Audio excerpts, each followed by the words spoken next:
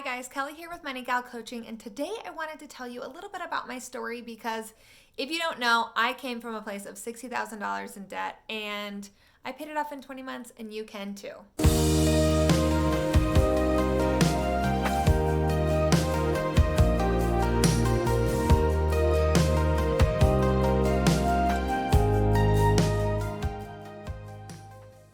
All right, you guys, jumping on today to tell you a little bit about my story because I am totally normal and I graduated from college with over $60,000 in student debt. And when I finally came to terms with looking up how much debt I had, and this is after I had been paying loans for 8 years, I still had $46,000, more than that actually. And I was just stuck with how do I solve this much debt? And I've been making all of my payments and I've been working all these jobs and I have gotten nowhere. So let's back up a little bit and I will tell you how I got to that place. Okay, so there I was, early 20s, living with two of my best friends, going out on the weekends, living in a big city, having a great life. I had a day job. I was making okay money, but I was a new grad, so not great compared to now, but okay for then, right? Your life is simpler when you're younger. And I was working 4 to 5 nights a week waitressing. I had always waitressed even through high school, so it was easy money for me. It was a way for me to have an inflated lifestyle, to be able to do what I wanted and not have to rely on my day job providing all of that extra income, right?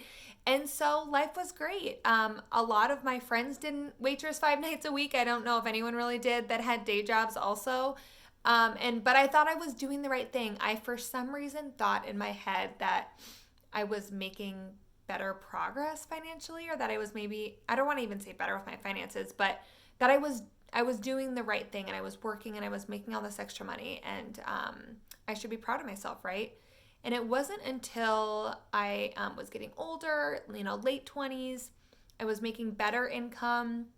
You start talking about all that adulting thing, right? Like friends are getting married and buying houses, and people are meeting with financial advisors for getting their 401ks in order with work, and chatting with a couple of friends independently. I figured out that there was options that, there's this whole community of people that were paying off tons of debt in small amounts of time, and I never even knew anything about this community. I didn't even know they existed, to tell you the truth. But and I wasn't honestly that motivated in the beginning to join this community. I was doing okay, like I said, I had a great life. But as I was getting into my later 20s and met someone, had a partner, didn't want to work 4 nights a week anymore, I started to really question, okay, is this waitressing thing forever? How much money do I actually owe on my student loans? And maybe I'm closer to the end of this road than I thought I was, right? So I tallied up the number. I logged into all of my accounts because previous to that, they're all just on auto pay. I was doing great. I didn't even have to worry about it. I didn't even have to log in. Did I even know my login? Probably not. I logged in, and this was again about 8 years after graduation, and I had over $46,000 in student loan still. My heart sank. How is this even possible? How do I not know better? How am I not doing better? I was really in this victim, this isn't fair. Why do I have to work these jobs and have all this debt? And it's not like I had a glamorous lifestyle as far as fancy things, right? I also had a car payment, and I was just there's got to be a better way. There's got to be an easier way. I feel like I'm doing a lot of the work, but I'm not doing it efficiently, and I'm not executing it in the best manner to take the most advantage of my resources, right?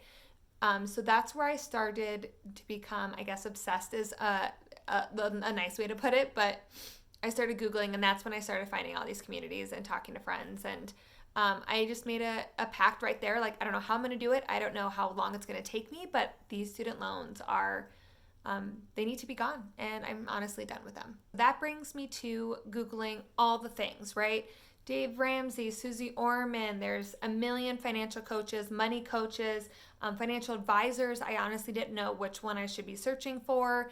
And I couldn't find a plan that I loved. I was really inspired by Dave Ramsey's intensity and just get it done and break up that relationship you have with debt, right? I loved that aspect of it, but there are so many things I didn't resonate with. I still wanted to go to restaurants. I still wanted to go on vacation. I still wanted to buy clothing. I didn't want to do excessive amounts of all those things. I still, paying off my debt was my number one goal, but I knew that I had to come up with a plan that I could stick to. Otherwise, I wouldn't end up reaching that goal at all, right? Like if I would have been no restaurants, no vacation, no spending of any kind besides bills and food and shelter, right? I probably would have quit right away. And so being able to have a flexible plan that still allowed me to make huge progress was very important to me. And so I kind of created my own path, and I started sharing my story on social media, not because I wanted to prove something, not because I wanted to tell people that I was better than them. It was honestly about sharing this journey, and I knew that if I mentioned it once on Instagram that, hey guys, I'm going to pay off all this debt, get ready, and the pit that is in your stomach when you share how much debt you actually have, right? Like I shared to the penny on my first Instagram post. I still remember to this day exactly how much debt I had, and I had to look up that number because I of course didn't know it. And I was like, well, I'm putting it out in the world, like here it is, and either people are going to react really well and they're going to be excited and motivating, or I'm going to be shamed and no one's going to talk about it, and it's going to be like this thing that I brought up awkwardly that no one else is wanting anything to do with, right? They're like, well, look at that girl talking about her debt and stuff. But that was how I had to do it. That's how I had to start. And so that's where it began. And so there I was tracking my progress every month. I was posting how much money I was paying off. I was posting my little coloring charts of how much debt I had left. I was doing all the things. I got my partner on board. He's a lot better at spending money than I am, so it was easier for him, but I was committed to spending less money on all the things that I had traditionally spent a ton of money on. Restaurants, alcohol, that kind of thing, right? And so the beginning, it took a little bit, right? 46,000 to 42,000 to 40,000. But then as I start seeing that progress, that snowball effect of, oh my God, I have 30 something thousand worth of debt. Now I have 20 something thousand. Oh my God, I'm in the teens. Like those are all milestone and celebration moments that I wish I would have recorded, right? Because they were huge. I had so much debt when I graduated from college. Having only like $30,000 was insane to me, right? Because that's a number that I could digest. That was a number that was manageable.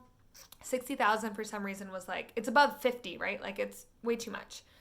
And then I was in single digits, and then I was getting close to the end, and I was like selling stuff to be like, I just need to get this done sooner than later. Oh my God, I want to take it out of my emergency fund, but I promised myself that I wouldn't do that because what if something happened right at the end? But yeah, so that's kind of that progress. It takes time, it takes patience. It took me being okay with saying no to certain things and saying no to friends and understanding what I valued more. Do I want to spend a ton of money on dinner, or do I want to go on this fun trip?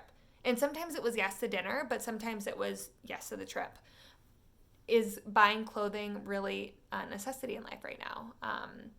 Do I need to have nice furniture at home? Do I need to, have the latest thing, gadgets and whatnot?